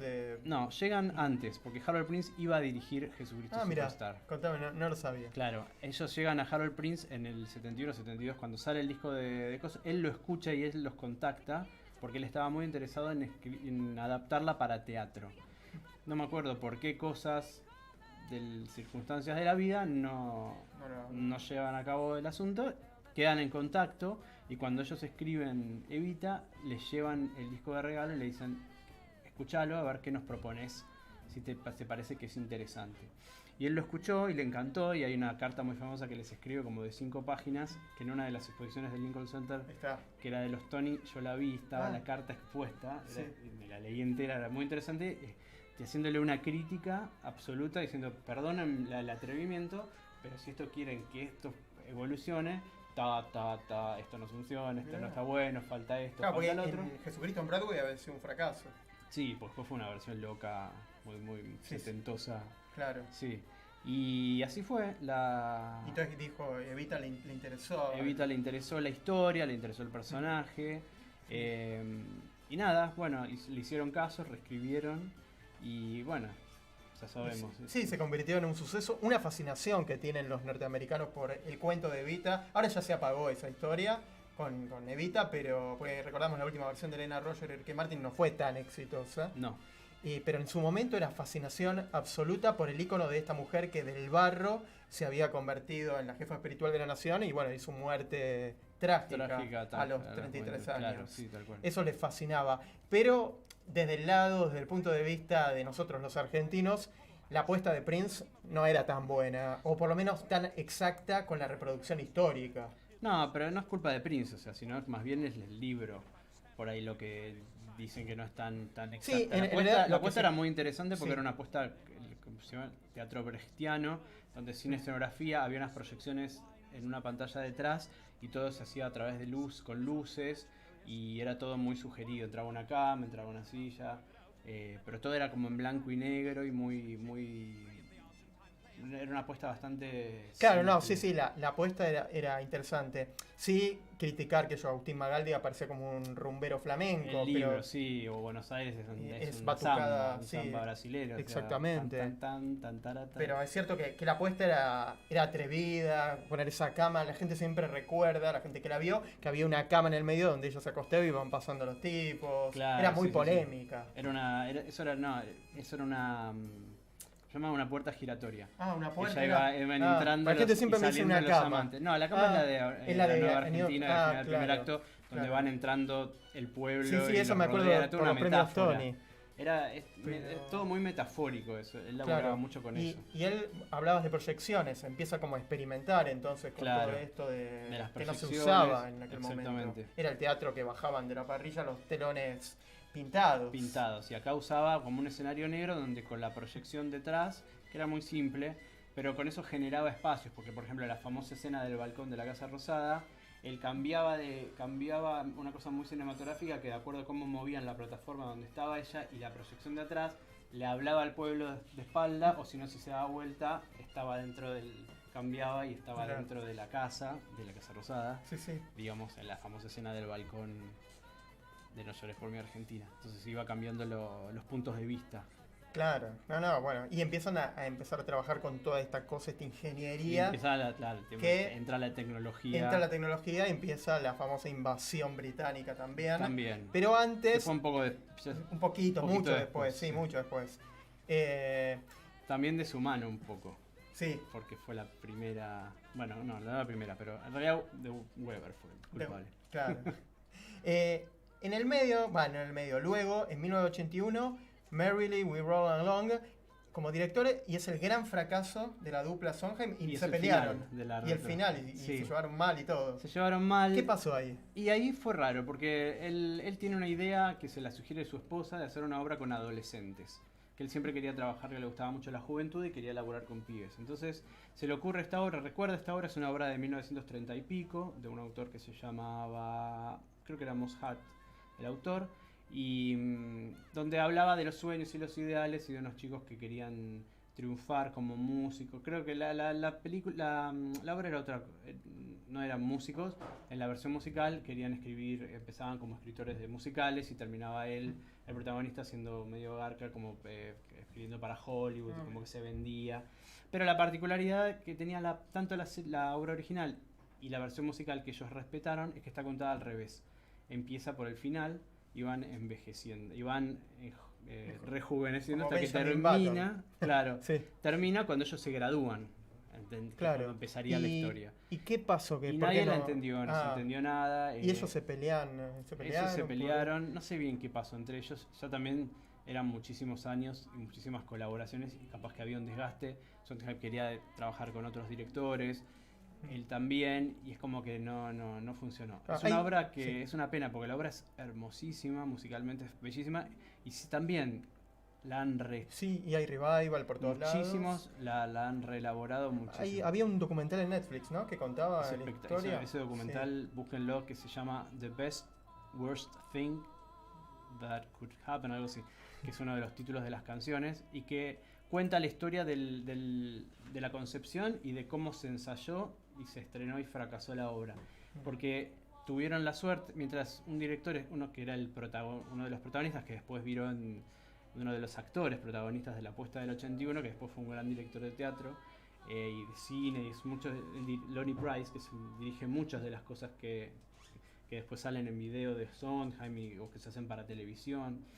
Él estaba buscando material para hacer un documental y da con una caja y se pone a ver y resulta que encuentra un material de archivo tremendo porque habían filmado todo el proceso de audiciones para un canal de televisión ahora me acuerdo. y todos los ensayos y habían cubierto hasta el estreno. Y todo ese material lo encontró virgen. Entonces y él era el protagonista de esa obra. Entonces armó todo un documental acerca de toda la obra y cosas increíbles como, por ejemplo, la primera vez que Sondheim le canta a él en su casa en un cumpleaños, en su piano, la canción que él cantó en la obra y está grabado el momento. Claro, de fondo recién se escuchaba Not a Day Goes By, que también es otro de los temas. Himnos. Cada obra de Sondheim tiene un himno. Tiene un himno, claro. Y ahora recordaba que el director de la película Boyhood va a dirigir una versión. Ya empezaron a filmarlo. Ya empezó, pero que le va a llevar 20 años. 20 años, porque quiere hacer lo mismo. Con Ben Platt, el de Exacto. Pero filman en orden cronológico. Empiezan con ellos jóvenes. Sí, Ben Platt, la otra chica, la que estuvo en Hello Dolly, creo que se llama Benny Fields, no me acuerdo el nombre, que es la mejor amiga de él.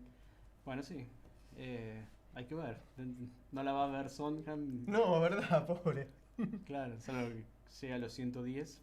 Mejor que yo. ¿Por qué no? Y luego, bueno, ahora sí nos vemos en otro de los momentos así como fue El violinista, como fue Cabaret, El fantasma de la ópera, en 1986, de la mano de Weber, de Cameron Mackintosh. Y a ver si podemos escuchar un poquito de fondo de este musical que permanece en Londres hace 33 años. Y en Nueva York. Y en Nueva York 32, 31. 88, son siempre 2 años de diferencia. Ahí vamos a escuchar un poquito.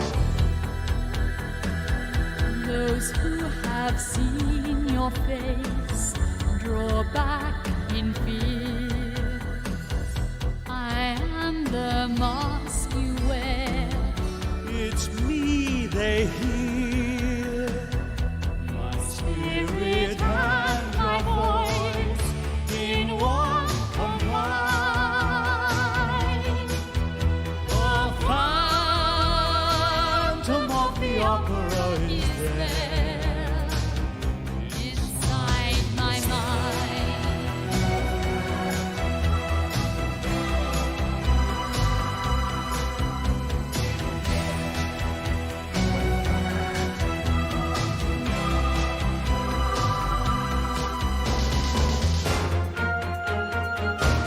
In all your fantasy, you always knew that man and mystery were both in you. And in this revelry, where night is light, the phantom of the opera is inside my mind. No podíamos dejar de escuchar este himno de Weber del Fantasma de la Ópera. Y ahora sí, meternos en cómo fue todo ese proceso con Prince Weber Mackintosh. Y en realidad, bueno, ellos quedaron siempre, después de Evita, siempre quedaron con la idea de volver a hacer algo juntos. Y Harold Prince es el que le da la idea a Andrew Lloyd Webber, porque estaban buscando, Harold Prince tenía ganas de hacer un musical romántico, rimbombante y onda operístico. Él, de hecho, ha dirigido ópera. Yo vi una puesta de Harold Prince hermosa de Madame Butterfly en el Colón. Que era hermosa, era muy musical la puesta, era espectacular. Y nada, le propone escribir El Fantasma de la Ópera, y justo Weber había encontrado en una librería vieja de Londres una copia del Fantasma de la Ópera a la vez, y coincidieron en el proyecto. Y bueno, ya él venía trabajando con Cameron Mackintosh, que había producido Cats, y bueno, se juntan y hacen el proyecto del Fantasma de la Ópera, que originalmente las letras las iba a escribir Alan J. Lerner. Claro, que luego se enfermó de My Fair Lady, el autor de My Fair Lady, de Camelot. Un genio, hubiera sido espectacular, porque las letras del Fantasma son muy malas. Claro, alguien me contó, no sé si fuiste vos, que Masquerade dicen que la escribió Alan J. Lerner. No fuiste vos, pero la leí en algún lado, y que después, bueno, no lo pusieron en los créditos. Dicen que llegó a escribir, por lo que leí, llegó a escribir una versión de Music of the Night, no más. No sé si lo Masquerade. A mí me llegó esa versión de Masquerade, y que si la analizás tiene el estilo. Puede ser, sí, poético y más, más clásico, aunque todo es clásico en el Fantasma mezclado con rock, pero es como el momento más Broadway, no tan londinense. Sí, puede ser, sí, pero hubiera sido muy interesante el Fantasma de la Ópera con letras de Alan J. Lerner, porque las letras para mí son muy malas. Wishing you were somehow here again. No. Claro, y bueno, toda esa apuesta que hoy se mantiene tal cual, más allá de que la tecnología haya cambiado, se mantiene esa apuesta ochentosa. Exactamente, y también mágica, ¿no? Porque el concepto de puesta de Harold Prince, lo que quería él era una caja negra, que si vos lo mirás es eso, una caja negra en donde con diferentes trucos teatrales muy sencillos, entre comillas, te da la ilusión de que vos estás viendo otra cosa. Entonces es real, si vos ves el Fantasma de la Ópera, no es una gran puesta en cuanto, pero te parece que estás viendo una superproducción. Esa es la magia que tiene la puesta en escena de Harold Prince. Y bueno, y que dure y va a seguir, va a ser eterna. Porque es un clásico. Va a ser eterna. Después tengo que volvió a hacer Cabaret en 1987. Sí, fue la primera vez que él quiso dirigir una obra que él ya había dirigido. Sí. Donde lo pone como protagonista absoluto a Joel Grey. De hecho, le agregan canciones, una o dos. O sea, I Don't Care Much se agregó para esa apuesta. Y algo más. Y el afiche era Joel Grey. Mira, no conocía eso. Fue un fracaso. Y luego vendría en 1993 El beso de la mujer araña, maravillosa, con una apuesta tecnológica que era como estar en el cine, en el teatro. Llevó al extremo esa cosa cinematográfica que él usaba, que le gustaba usar, que por eso es tan raro que cuando él dirigió cine le fue mal. Porque él usaba tenía técnicas cinematográficas. Claro, pero que le funcionaban en el teatro y no en el cine, exacto. Y esa apuesta, bueno, que es la misma que él dirigió acá en Buenos Aires y en otras partes del mundo, el West End, la de Toronto. Sí, bueno, en realidad nace en el West End, se estrena primero en Londres. Sí, claro. En realidad se estrena primero... ¿El disco no dice Toronto? Me parece que la de Chita Rivera... No, Toronto es la de Showboat. Que nace, porque es un productor, que un famoso productor llamado Garta Drabinsky, algo así, que tenía una empresa llamada Levent, que hacía, Sí. que producía. Después hubo un lío, Y el tipo fundió está en Cana. en la época de Ragtime. Sí, claro. hubo algo se declaró en bancarrota y terminó preso, una cosa así. Claro. Pero en ese momento hacía muchas puestas y como era canadiense, se empezaban ahí, después bajaban. Claro, yo creo que El beso de la mujer araña es como decís vos, el momento más importante y el último, me parece, ¿no? Y fue una de las Porque grandes. ahora vamos a hablar de otras obras, pero me parece que... Showboat también, esa apuesta de Showboat Sí, del 94 era una grandiosa. maravilla. Es que esa es la de Toronto, claro, y después se estrenó en Broadway. Y después se estrenó en Broadway. Esos dos obras son como los... Pero El beso de la mujer araña fue increíble, porque El beso de la mujer araña tuvo mucho que ver él, porque la obra primero se estrenó no me acuerdo si en Chicago, no me acuerdo en qué lugar, también con música de Kanderiev, pero era otra cosa completamente diferente y no funcionaba para nada. Y él la fue a ver y dijo, no, esto de nuevo, esto requiere esto, y fueron de cero, rehicieron la obra y de hecho hasta mismo el número más icónico, que es el Where You Are, que es el que estamos número escuchando donde ella aparece vestida de blanco y hacen todo un en número el musical Rialto, en el cine. Rialto. Vamos a escuchar un poquito mientras hablamos, pero... sí. Es un número que él pidió, porque dijo acá, en ese lugar había otro número. Y él dijo, en este momento acá hay que poner un gran número de comedia musical que homenajea a los grandes musicales de Hollywood.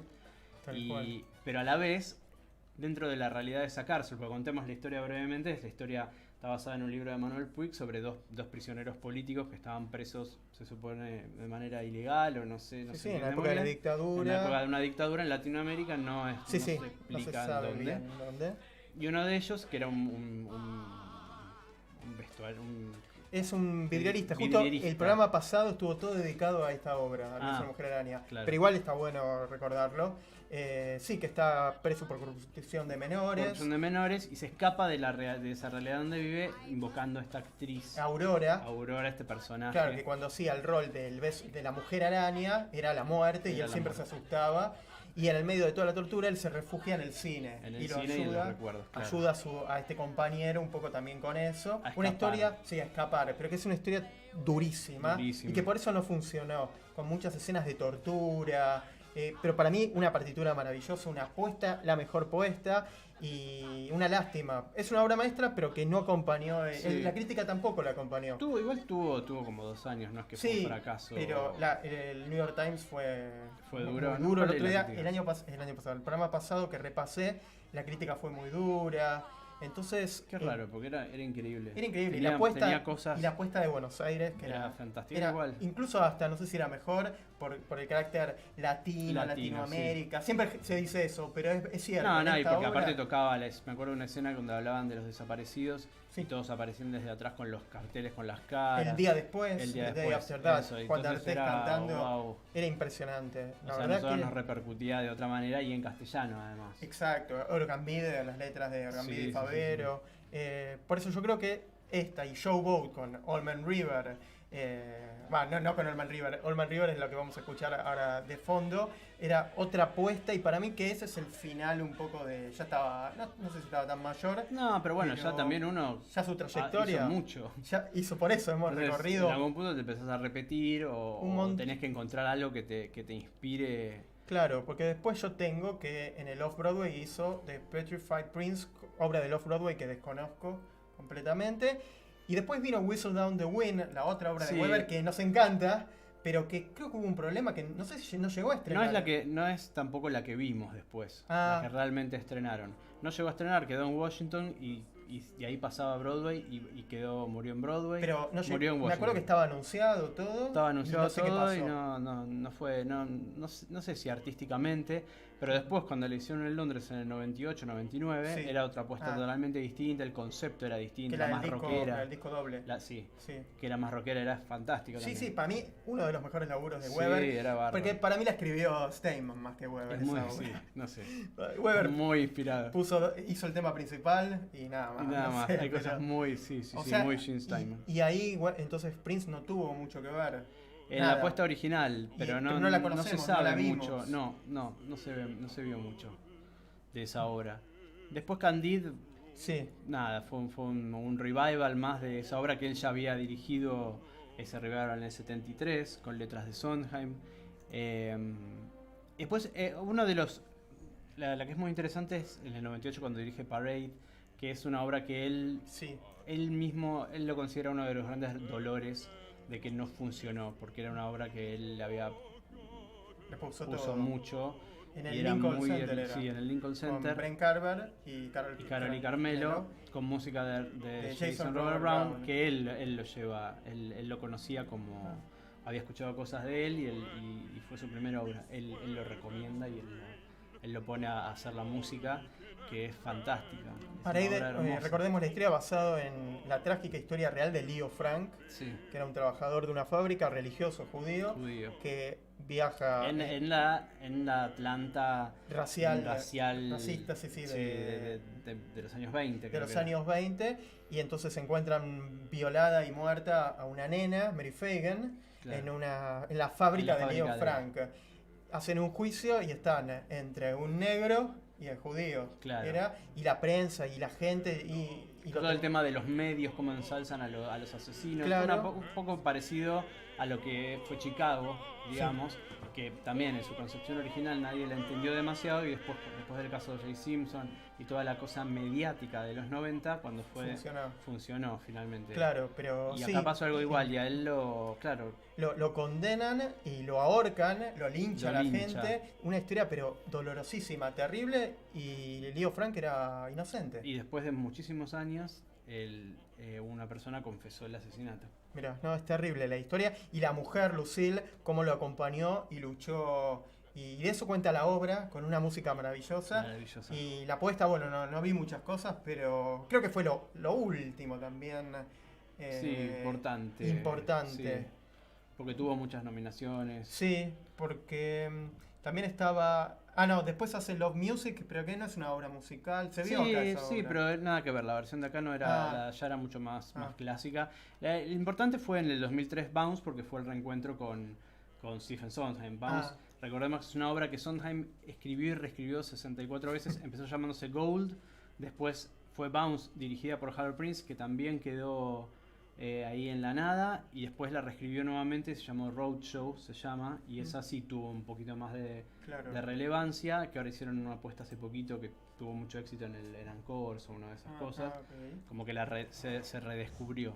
Pero no es una obra que... Él estaba muy obsesionado con contar la historia esa de dos hermanos en los años 20, uno que fue el que inventó todo lo que es Boca Ratón en Miami, y el otro era un artista. Algo que no es muy relevante para nosotros. No era muy relevante, sí. Pero se puede decir como que lo último fuerte fue Parade en los 90, pero después ¿qué pasó?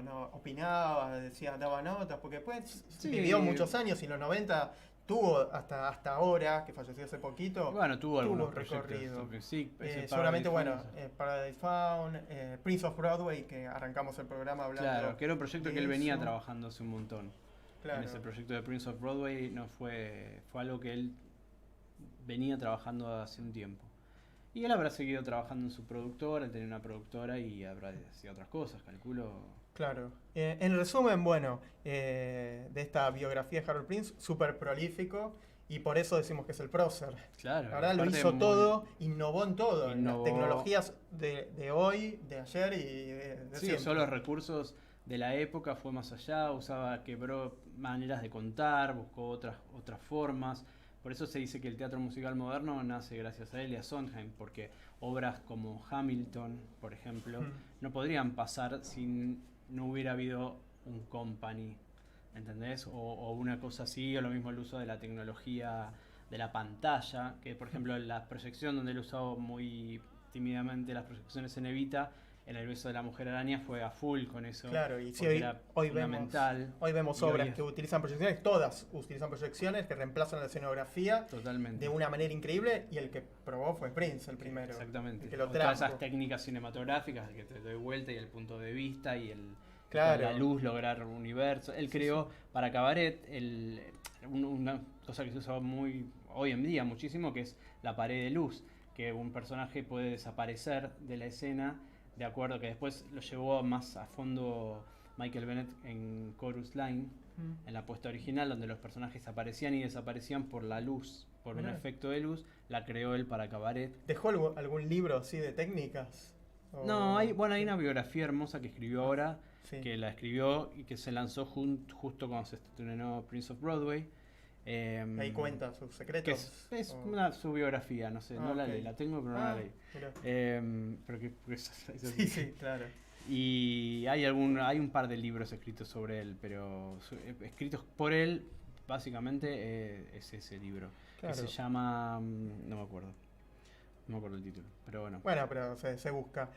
Pensaba yo, bueno, antes de terminar con esta maravillosa historia de la biografía, pensaba, nos dejó un montón de legados, pero hoy en día se terminaron las ideas en Broadway, sin esta gente, sin todos estos que ya la mayoría fallecieron.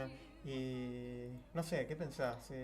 Hay muy pocos musicales de los nuevos, así que hay una tendencia nueva que ya es medio abusiva a hacer musicales de películas. O sea, Sí, pero eso- agarran una película y la hacen musical, pero lo cual no está mal, porque si pensamos en los grandes musicales de la historia, todos de alguna u otra manera se basaban o en películas o en libros. Sí.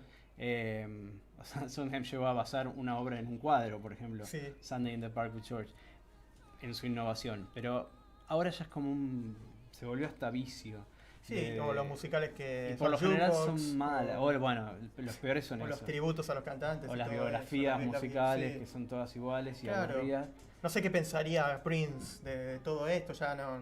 Sí, no... Nadie le preguntaba, pero no aparece ninguna figura. De repente sí, de repente saltan cosas como por ejemplo, bueno, yo insisto con Hamilton, porque Hamilton Sí. realmente es un rompedero de cabeza desde todo punto de vista, desde la narrativa, la música, cómo está contada, la puesta en escena Claro. es fabulosa. Hay una directora increíble que se llama Rachel Chapkin, la de Hadestown. de Hadestown y de otra, el- la de el la cometa. Pierre, y esa que nunca puedo decir el título, pero sí. Natalia Pierre y el cometa de 1812.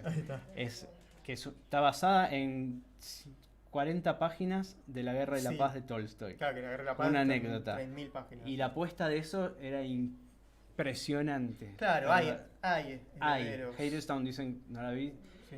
Moulin Rouge dicen que es increíble en cuanto a lo que es la puesta en escena y la dirección, cómo está contado eso, Sí.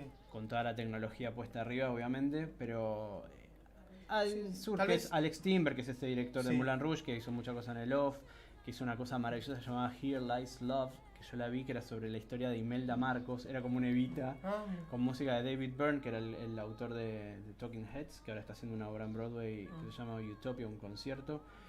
Y estaba contada de una manera, vos ibas siguiendo, toda la escenografía se iba armando y vos era como un boliche, y a vos te iban moviendo los actores del lugar, vos lo Wow. habías parado, te Claro, hacían ¿no? bailar, hay rompederos, hay. Es pero cierto, por lo hay. general abundan estas cosas de cine mal hechas o hechas muy Claro. básicas. Tal vez también hablamos de otra época, que todo era nuevo, y ahora Claro. con tanta inmersión de internet, de esto, de lo otro, no se le presta tanto atención o no impacta tanto como impactaba Sí. en ese momento.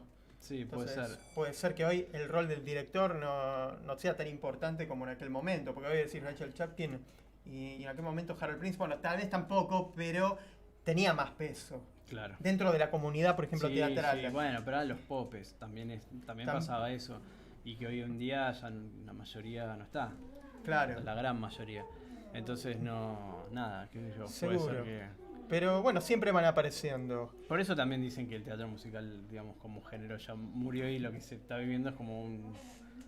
Sí, digamos, un resabio. un resabio. Porque por eso se habla de la edad de oro del teatro musical que termina en los 70. Sí, puede ser. Sí. Pero bueno, ya estamos llegando al final. Qué corto. Pero la pasamos bárbaro, realmente. Muy bueno. Gracias Marcelo, porque Un fue placer.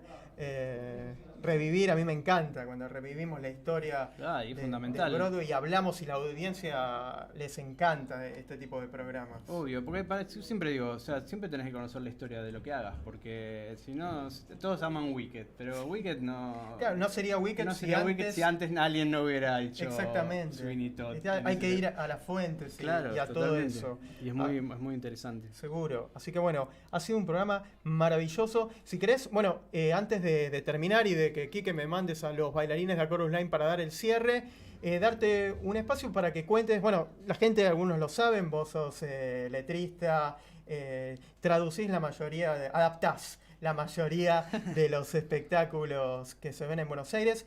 ¿Qué vamos a ver entonces adaptado por vos en la temporada teatral que se viene? Bueno, en enero tenemos Kinky Boots, uno de los grandes apuestas del teatro musical en Argentina, que se estrena los primeros días de enero en el Teatro Astral, con Martín Bossi, Fernando Dente, Sofía Morandi y gran elenco, dirigido por el maestro Ricky Pashkus. Nada, una apuesta muy grande, porque va a ser una apuesta en escena grande, va a estar bueno, es una obra muy divertida y muy linda. Claro. Después tenemos el regreso del gran clásico que es Hello Dolly, que va al ópera con Lucía Galán a la cabeza, dirigida por Arturo Puig, con producción de Ángel Mahler, que también va a ser la dirección musical. En febrero se reestrena ¿Quién retiene a quién? Hereafter, una obra que hicimos hace un par de años, que es una obra del off, pero que es bellísima, que habla sobre la vida y la muerte y tuvo bastante éxito. Se hicieron 2 temporadas en su momento y por suerte viene una versión nueva dirigida por Diego Ramos, se va con muchos cambios y va a estar bueno. Y por ahora eso, Primeras Damas en noviembre, donde va a sortear alguna cosita. Y buenísimo. Bueno, sí, hay mucha cosa. Hay mucho más. Y mucho más rock, va a haber mucha cosa de teatro musical. Que se viene. A pesar de la crisis. Sí. Es increíble, pero bueno. Muy bien. Bueno, muchísimas gracias, Marce. Ahora sí, Quique, que suenen. Ahí están sonando. Y con esto nos despedimos hasta un nuevo programa de Sonidos de Broadway. Chau, gracias.